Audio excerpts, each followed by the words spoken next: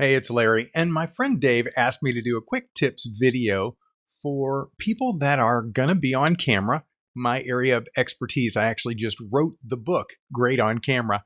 And one of the things that I cover in the book, I cover in my live videos, I cover in classes that I've recorded, is that there are a lot of things that go to the viewer subliminally. A lot of things, and this is just part of human nature.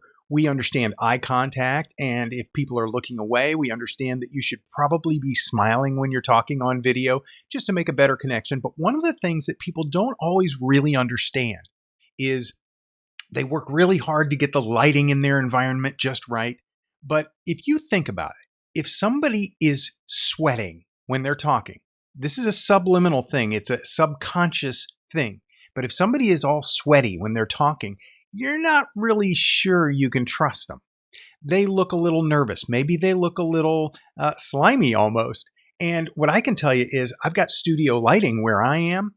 The lighting is great, but I have a problem, and that is cameras can't pick up the full spectrum that the human eye does. And so cameras, when they see something that gets really highlighted a lot because of the light and things like that in studio lighting, you can see on my forehead, I have shininess. I have shininess on the tip of my nose. I am absolutely crystal clean. I took a shower this morning. I washed my face, and my face is clean and dry, and it still looks shiny. It's because I have pretty smooth skin here, and it's just really shiny. So what's the cure? This. I use makeup. And if you've never worn makeup before, and before I started doing videos, I had never worn makeup. You just go into CVS or Walgreens or Duane Reade or wherever, and you say, I need some foundation powder that matches this skin tone. And the people there will help you out. And so I just found one that seems to work for me. And I like it because it's a matte powder. And this is a pressed powder. And so it's really easy to carry around. And you put it on with a little pad like this.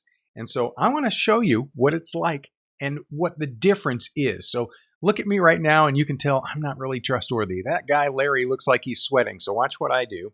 And actual people that wear makeup, my wife watches me do this, and she cringes every time because I do it wrong and sloppy and overdo it a little bit. So I'll just show you what works for me. Okay. There's an area that they call the T-zone, and it's mainly right here and right here, but the tip of your nose also. All right, now you see I've got powder on, and it's knocked down the shine, but it's also blotchy. You know, the powder just kind of is caked up there a little bit on the tip of my nose, on my cheeks here, and a little bit into my eyebrows. So now what I do is the thing that makes people cringe. First of all, I put on too much, but that's just what I do. Then I just go like this and just kind of even it out. That's the main thing. All right, so I've still got a little bit of shine right here. I might need just a little more powder for that part of my head. There we go, and just kind of even it out.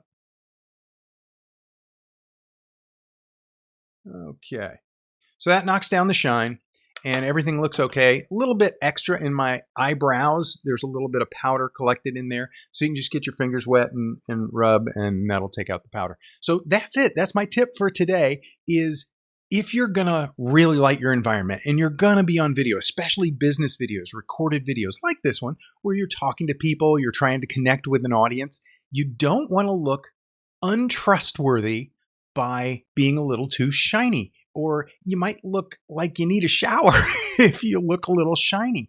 And that just happens automatically. And again, most people are not going to be looking at the video going, oh, that person looks terrible. But what they will think is just kind of at a subconscious level, I'm not sure if I trust this person. So this is just one more thing you can do to increase the looking better on camera. And it's super easy, very cheap. This stuff is like $8 or $10 maybe, and it'll last me years because I don't use it that much. I just use it for these kind of simple videos. Hope that helps. If you have any more questions, feel free to reach out to me at greatoncamera.com. There's a form over there that you can send me an email if you have questions. greatoncamera.com. Thanks.